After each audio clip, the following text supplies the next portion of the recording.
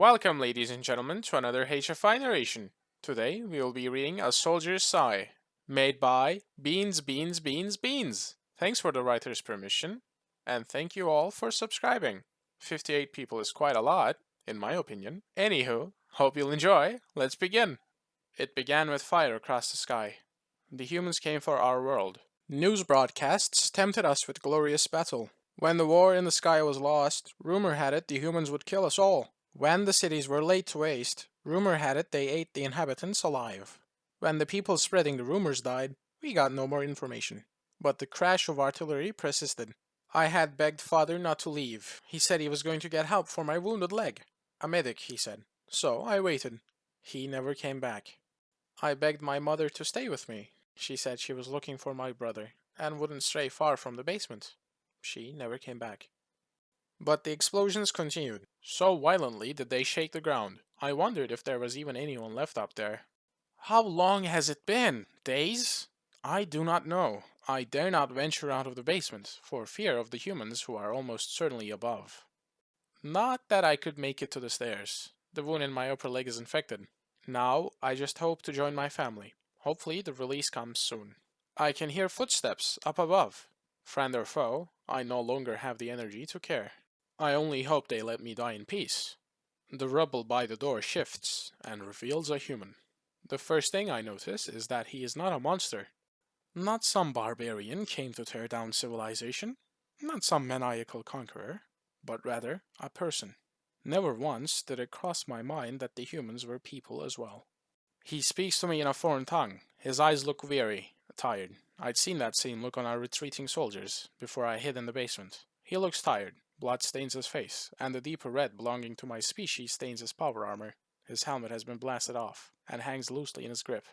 Having observed me, he inhales and walks over. Panicking, I try to move back. But he simply shushes me, and takes interest in my leg. Then, reaching into the pack, he reveals what appears to be a first aid kit. We sat there for a while. My eyes never left him, while he seemed altogether unfazed. He disinfected, then bandaged my leg. Then he handed me water. Unable to decline, and it being obvious that his intention was not to kill, I gratefully took it and downed it all. We waited. The barrage continued. It seemed the soldier had come in here for shelter. When the barrage ceased, at least temporarily, he pulled me up onto my feet, but I quickly fell over. The pain was too great, so he carried me. I hadn't been carried for years at this point, since I'd grown too large for my parents to do it anymore, and I was no longer a hatchling, and so he hefted me into arms and carried me out of the basement. The light of day was blinding, but welcome. The dry air was tainted with the smell of charred flesh and burning fire. Thick smoke flowed over what was once my town. Now, only death remained. I couldn't tell you how long we walked for. Well, I say we, but the human carried me the whole time. A staggering feat by itself. The harsh sun of my arid planet bore down on us. The sound of gunfire seemed to linger in the distance, no matter how far we traveled, perhaps carried by the wind.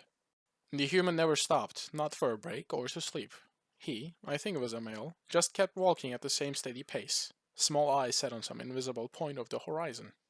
He seemed to know where he was going. We came across a battle, or something resembling one.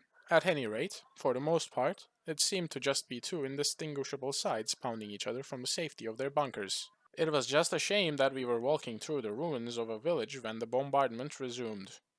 A soft whistle in the air, and suddenly shells smashed the ground all around us. Dry dirt was flung up into the air, and great plumes of dust smothered my vision. I closed my eyes tight and clung to the human even harder. He ran, powerful legs taking us towards whatever cover was available. Some old brick wall with a depression in the ground was where he chose to hide. Quickly removing me from his arms, he forced me into the hole, as deep as I could go. Then he placed himself over me, using his body and armor as a shield. The gunfire eventually turned to white noise, with impacts landing far too close for comfort. I just focused on the dirt against my face. When the battle seemed to be over, I stayed put. I couldn't move due to the mass of the human on top of me. I'm sure I heard him sigh. It was another human who found me, removing the soldier on top of me. They seemed to be surprised to see me there. Taking me out of the hole, I saw that the man who had shielded me was dead, back riddled with blood-stained shrapnel. A strange sort of realization occurred at that moment. The magnitude of the compassion that I had been shown hit me in the gut. This man, an alien, had given his life for an adolescent of another species. Barbarians? No way.